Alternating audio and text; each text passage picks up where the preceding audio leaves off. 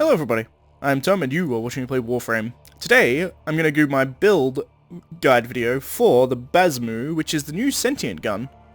It's quite a cool gun. It has two modes of fire. One is like a bolt thrower, and the secondary fire is like a twin laser thing that doesn't really show what it does properly without enemies. Also, the reload animation is fucking awesome, but you never really see the reload animation. Also, if you fully expend the magazine,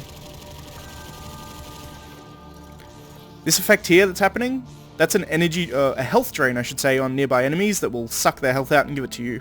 Probably less necessary on an arrows, but in any case, we'll go over my build. It's a very interesting gun. I've only played around with it a bit, because I only got it a couple of days ago. This video is probably going to be uploaded slightly late, because I'm actually recording it on Wednesday morning, and it goes up on the Wednesday. I usually do this the day before, but I didn't fully former it in time, unfortunately. But the build I have for it currently is this, which is pretty much straight status. We have Serration for extra damage. We then have all the status chance plus damage mods. So we have Rime rounds for cold, Malignant Force for toxin, High Voltage for electricity, Thermite rounds for heat.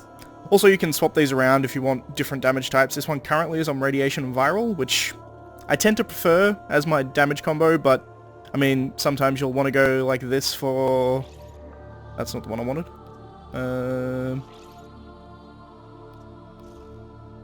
That one, Corrosive and Blast. So you can just, it's very easy to swap around your damage types with this build simply because you have all of these status chances.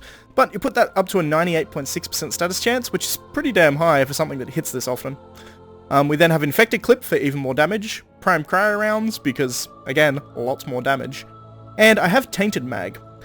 Now, Tainted Mag is interesting. So what this mod does, it's one of the benefit plus detriment mods that you get from the Derelict. Gives you plus 60% magazine capacity and negative 30 reload speed. Now, ordinarily, I don't think I've ever used Tainted Mag on anything. However, this gun, very specifically, the way that it works, which I can highlight here, if you watch in the bottom right my ammo count, if I shoot all the way down to 0, and then I reload. Takes me a while to reload. But if I shoot down to 10, that's how quickly it goes back up to full. So, for most of the time, I found, by default you have 21 bullets in a magazine. I found that by upping it up to about 34, which is what I do with Tainted Mag, I think it's a rank 9 Tainted Mag, doing so allows you to fire and kill most enemies, and then you can stop, and by the time you need to shoot something else, you're already back at full. So you don't actually have to reload all that often. So having slower reload doesn't really matter, because your magazine actually compensates for it quite well because of how quickly it recharges. It's worth noting that this gun recharges. It's powered by a battery rather than being powered by bullets. Powered by bullets? That's not correct. All its bullets are made of energy, so it just uses a battery to actually power all its bullets. But we'll do the test that I normally do, which is a level 50 test when I'm doing just a weapon. The reason I'm using a Naros is just so I don't die. I may as well give myself armor as well, there's no real reason not to. There we go. This is my specific Naros build as well, if you're looking at that ludicrous amount of health. This is specifically a build I use for testing weapons, so I just don't have to worry about dying. I could just turn invincibility on, because that's effectively what I'm doing anyway, but whatever. It has reset my normal test, which is kind of annoying. 2 bombards, 2 heavy gun... not corrupted wardens. Where are heavy gunners? There we go. 2 corrupted heavy gunners as well. Level 50, 555, 122. That's usually what we do. Alright. So first things first, I'm going to want to take out the Ancient. Ow. Stop knocking me over. Did I take out the Ancient? No, I didn't. There it is. So it takes out the Ancient pretty well. You have a big group of enemies like this, you want to chain them. That there is the secondary fire. It does less damage, but it will chain an electric charge between enemies. So if you have a lot of enemies in close proximity, also I'm doing radiation damage, so they're all shooting each other.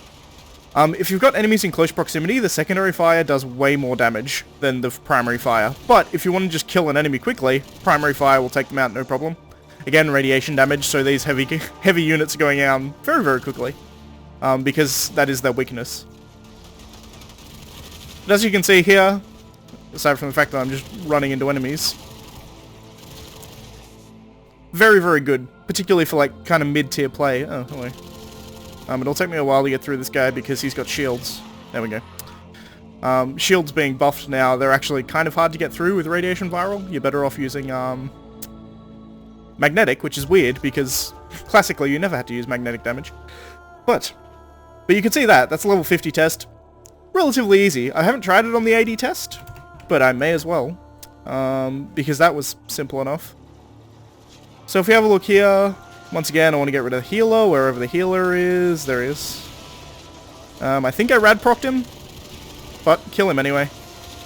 Once again, the chain shot. It hits all the enemies in this area. Actually, you can see here the energy drain that it gets when you fully... I'll empty the magazine again just to show it off again.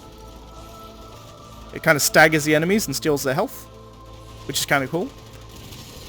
But even level 80, like... takes about half a clip to take out a level 80 Bombard. It's really not bad. I'm liking it quite a lot. It's also very, very fun. The fact that you don't really have to reload. Like, you'll watch the way I'm firing. I'm kind of doing burst fire. But I'll fire like 3/4 of my clip thereabouts. And then just wait like half a second, not even. And I've already got myself back up to full ammo. Which is... it's definitely... not having to reload the gun is really cool. If I want to... let's just freeze this guy for a second. See how quickly it goes back up to full. It's quite ridiculous. And I think there was one more guy here. There was. Once again, somehow... oh, nope. He wasn't the last one. Ooh. I was going to say, crewmen always end up being the last guy alive whenever I do these tests, and I have no idea how, because they're like the weakest out of all the units I spawn, but somehow they always live the longest. In any case, that's the Basmu. I really, really like it. It's a lot of fun. I'm pretty sure these things do have travel time, as you can see here. So they do have a travel time, so their effective range is kind of mid-range, and the laser is a short-range attack. You need to be quite close. But if you've got like a group of enemies like we did at the start there, the lasers are incredibly, incredibly useful.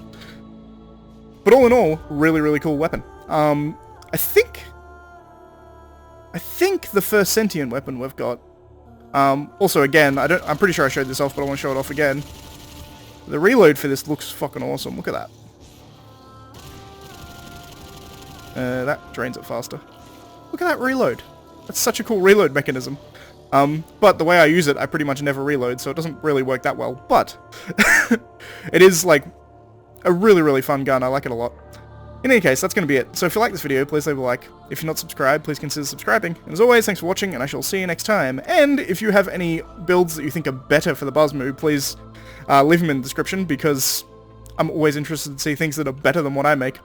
But I tend to like just massive status and just using the charge on groups of enemies and using the auto fire on single target enemies. It seems to work really, really well.